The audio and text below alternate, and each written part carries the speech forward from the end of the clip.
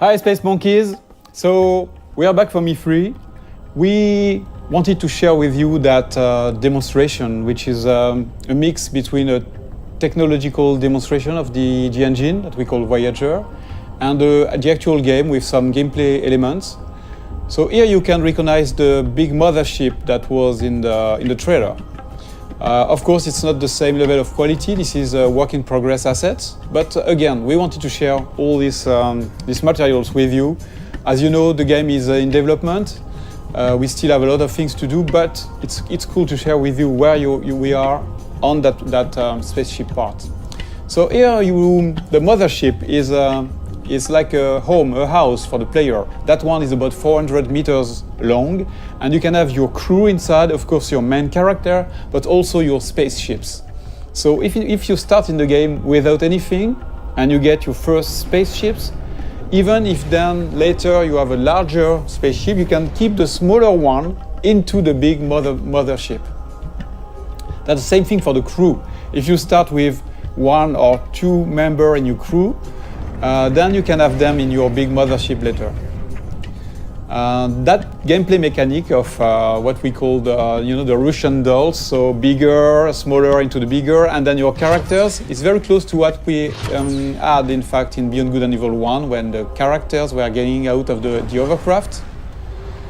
So here we have that monkey, which is my playable main character here, but of course in that game, you can select your character and create your own character.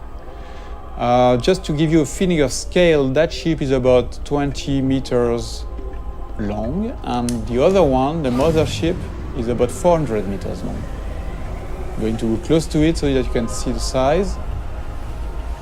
So when we have large spaceships like that, the good thing, the interesting thing is that they are a real level of gameplay. You can go inside. We have interiors for those big ingredients. So imagine I'm at the beginning of the game. I'm starting the game.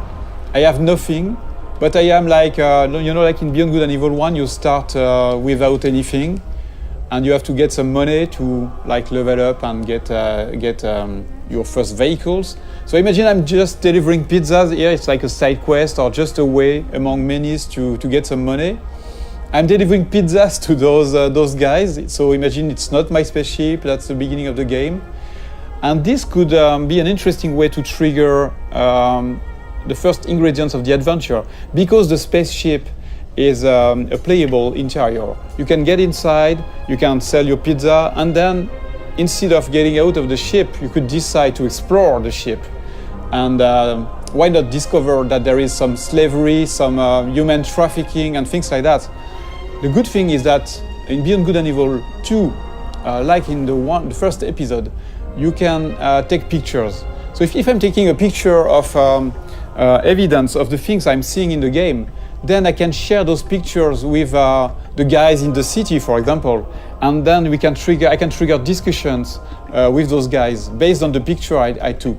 So that's a very interesting mechanic that can create that feeling that you can explore everything and you can gather informations and share those informations with NPCs, but also between players. Another very interesting thing here is the feeling of scale. Here we know that the players, that they will explore everything. They will want to go everywhere. So we need to handle large scale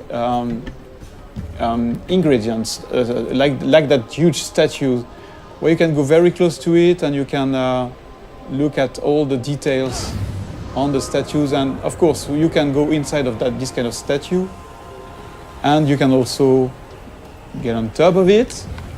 I just want to show you something interesting about the scale and the feeling of scale. So I'm going to land on the top of the statue, and you will realize how big it is.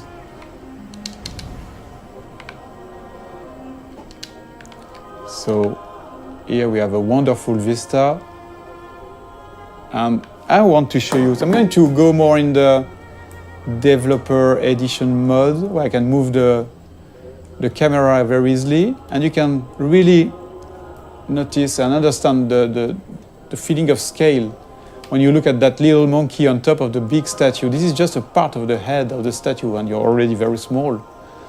And it's very interesting to understand the scale of things. Here you see that the statue is really, really big. The statue is about 700 meters high. And the very interesting thing, again, is that, in fact, that statue, which is big, is just into a big city that is very small, in fact, compared to the continent here, the size of that big island, and which is a small part of a big planet. So you realize that you are just a little dot on that big planet, which is, in fact, just a small planet around a bigger one, which is a small dot in the big universe. So when we started that technology, we thought that we needed to handle that feeling of scale and in a realistic way. Before going into details, we wanted to make sure that the engine was capable of handling this kind of thing. When you look at this sunset, it's not exactly a sunset made by artists. It's really the combinations of physical ingredients, you know, the light that is changing depending on the atmosphere. So you can see here the different colors.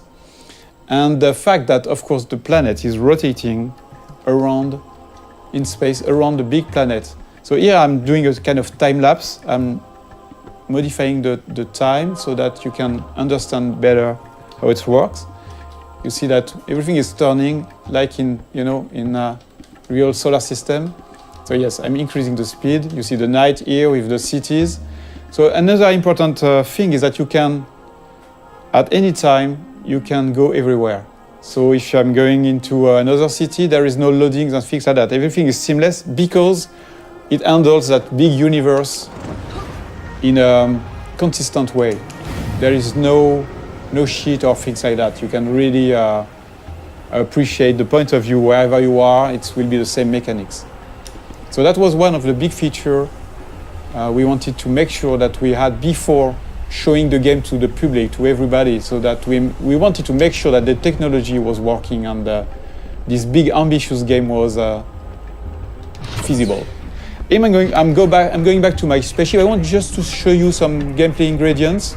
I'm going to change a little bit the time so that we have a bit more sun. Yeah.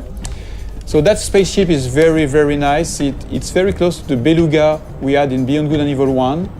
It can handle very large speed, but it's also very easy to do loopings and trigger very fast movements. So it's a dogfighter. I can increase the speed. So this is a classic plane speed we have on Earth. We are about 1,000 kilometers per hour. But you can increase that speed dramatically, like this, for example, and you will see. So the speed is increasing now. You see that it's about 5,000 kilometers per hour. Let's go back in the city so that we can really understand the speed. And I can increase the speed again. Whoa.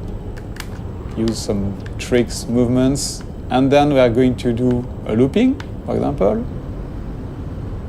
So you can combine anything, any movements.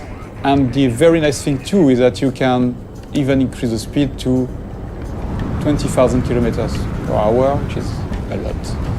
I'm going to try, to drift like that. So at any time you have the drifting mode, you have all these very interesting movements. But of course, the biggest things you want to do in this kind of situation is to go in space. So let's trigger higher speed. And you see this little effect around the spaceship is because of the friction of the atmosphere. If I don't increase my speed, there is no reason to have more friction. But if I'm increasing the speed, you will see that the effect is stronger. And same thing if I'm going very, very fast. So depending on the quantity of atmosphere, you can have a stronger effect. Until you start burning.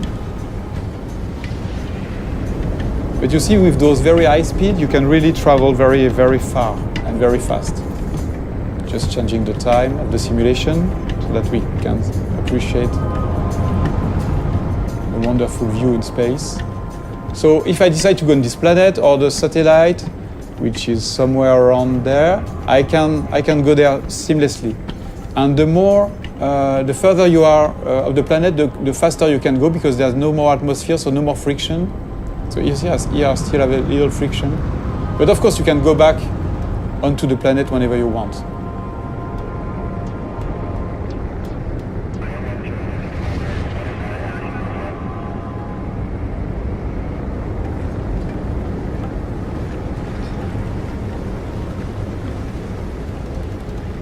A very interesting thing too is that there's a lot of biomes on the planet, like this desert, or you have frozen lands on the planet, different cities. So we don't want empty planets. We want planets with landmarks, with places to explore. There are mountains where you have some monks living there. So they are not empty, repetitive planets. The planets we aim to work on, to make our planets with life. And the planet itself is living somehow. For example, that planet has different, I would say, big biomes. Because that planet, as I told you, is a satellite of the bigger one, the one that is in the foreground. A part of that planet is protected, like the moon. Our moon is a part of the moon is protected by Earth.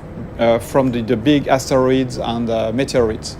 So here that's exactly the same thing. The cities are built in the safe place where nothing is falling from space. But I will show you a bit later the opposite part of that planet, where you can have real-time giant meteorites, asteroids falling and modifying the planet's ground. The very interesting thing is that this kind of event is connected to the life on the planet.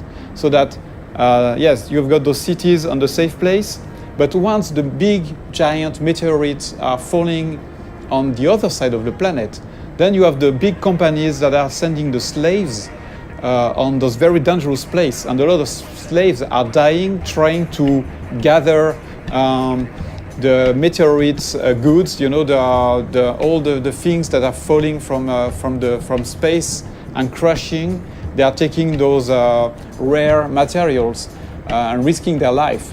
So it's not just about the planet on one side and the story on the other one. The planet and the story are connected, and that's a very important thing for us. So again, let's look at that planet modification process. Okay, so now we are back on the other side of the planet, the side that is bombarded by meteorites. Here, we just want to showcase the ability that we have in the engine to modify the whole planet in real time. So here, for example, imagine that you're flying over that region. You can have a huge meteorite falling in front of you, and you will have all these one incredible effects on the planet, but also on the other spaceships.